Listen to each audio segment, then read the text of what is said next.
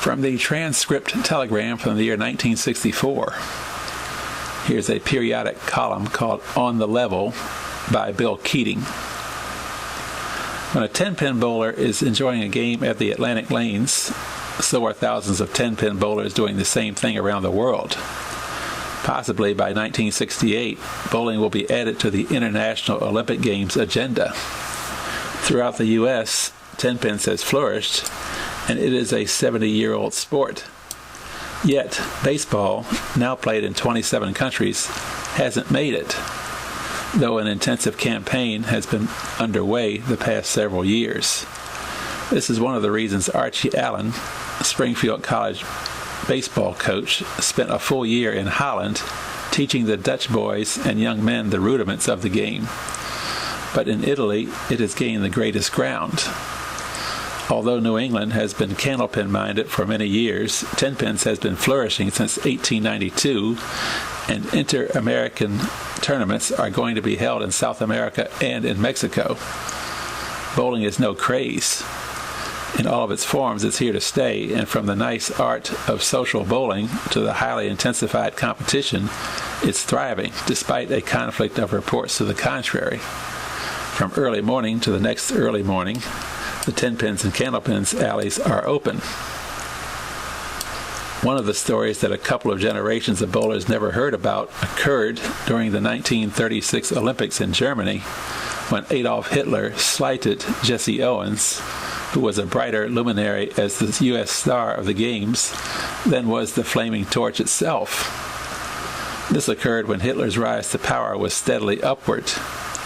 A group of 27 American bowlers went to Berlin to compete in the fifth and last, because of the war, International 10-Pin Tournament. The 1940 Olympics were scheduled for Finland, but war intervened. Americans of German ancestry made up the U.S. team. 44 years before, Prince Bismarck was host at the first U.S.-German international tournament. The U.S. team won that by 148 pins.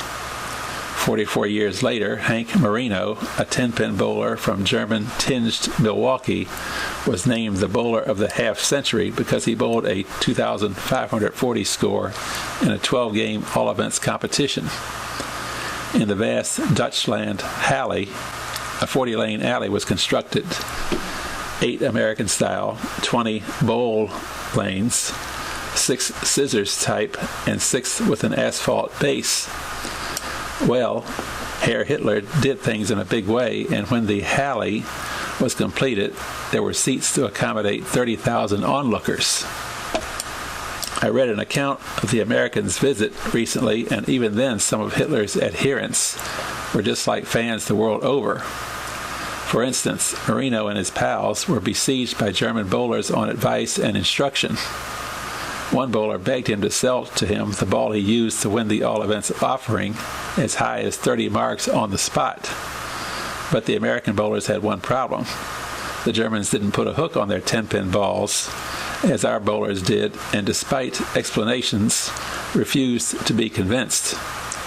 The Germans maintained the bowling ball was loaded with lead to create the hook. Did I say the German bowlers were like those the world over?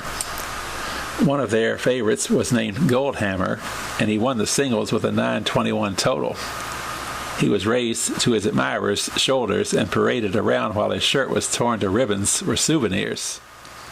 But soon that Spanish Civil War broke out, and bowling and all other sports in Europe were sidetracked, except in soldier camps. For Goldhammer's achievement, he was to get a post in the Hitler government and possibly a homestead. No one ever found out if all this materialized. That was the end of the Berlin Blitz in bowling.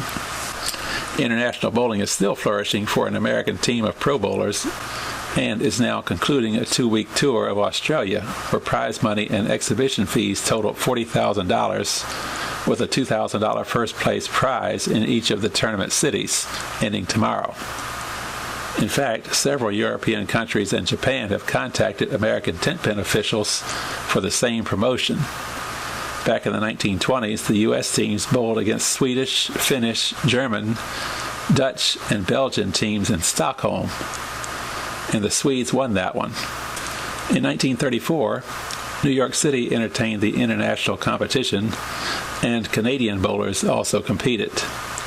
Next month, a powerful U.S. team will be a contender in the third Federational Internacional at Caracas, Venezuela, with at least 13 nations represented, including Mexico, Argentina, Costa Rica, Peru, Nicaragua, Brazil, Puerto Rico, Honduras, Colombia, Guatemala, Panama, Chile.